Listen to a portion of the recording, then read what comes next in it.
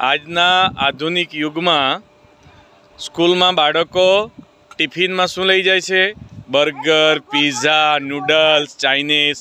તો અમારા સ્કૂલમાં અમે દર વર્ષે કંઈક અલગ વર્ષમાં એક વખતે કરતા હોઈએ છીએ. જેમ કે બાળકો પોતાના ઘરેથી જે ગામડાઓમાં મળતો જે ટ્રેડિશનલ જે લોકલ જે ખોરાક છે એ બાળકો વર્ષમાં એક વખતે લાવે અને બધા ભેગા થઈને ખાતા હોય છે. તો હું તમને બતાવું, બરાબર. હવે અહીંયા છે આ નાગલીની રોટલી અને અડદની દાળ. આ છે કાકડા અને કરમદા. આ અમારી પ્રતીક્ષાબેન છે.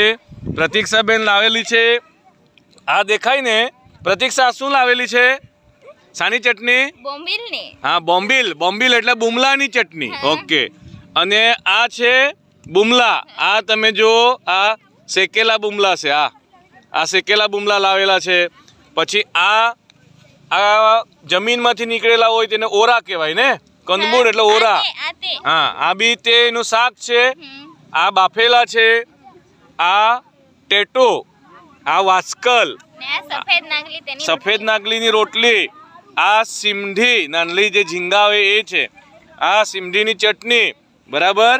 આ રીતનું હવે આગળ જઈએ તો તમે જોશો અહીંયા આ જો બુમલા છે, ચટણી છે, આ એને આળું કહેવાય, અળવી કહેવાય તે. આ દાણા છે તુવરના. આ લોકો જરા જુઓ ને આ બાજુ. હા, બરાબર. આ રીતના એ લોકો, હજુ તમને આગળ બતાવું મેં. આ કરમદા છે. પછી આ જુઓ અહીંયા આ વાસ્કલમાં બુમલા નાખેલા છે. આ છે આ વાસ્કલ અને બુમલા છે. પછી આ જો આ અમારા ગોલુભાઈ, આ ગોલુભાઈ આ શું લાવેલો છે? ગોલુ, આ શું છે? બુમલા લાવેલો છે ગોલુભાઈ. હા, પછી આ શાની ચટણી? બુમલાની ચટણી. ઓકે. આ આર્યન, આ શું છે? આંબાઈ. હા, ઓકે. આંબાડા, આ કાકડા, બરાબર છે. આ બાજુ બી ચટણી છે, આળુ છે. આ જુઓ માછલું લાવેલા છે. આ બુમલાનું શાક છે. બહુ વેરી ગુડ, સરસ સરસ સરસ. હા, આ જુઓ, આને કહેવાય ઓળા, બરાબર. હા, સરસ.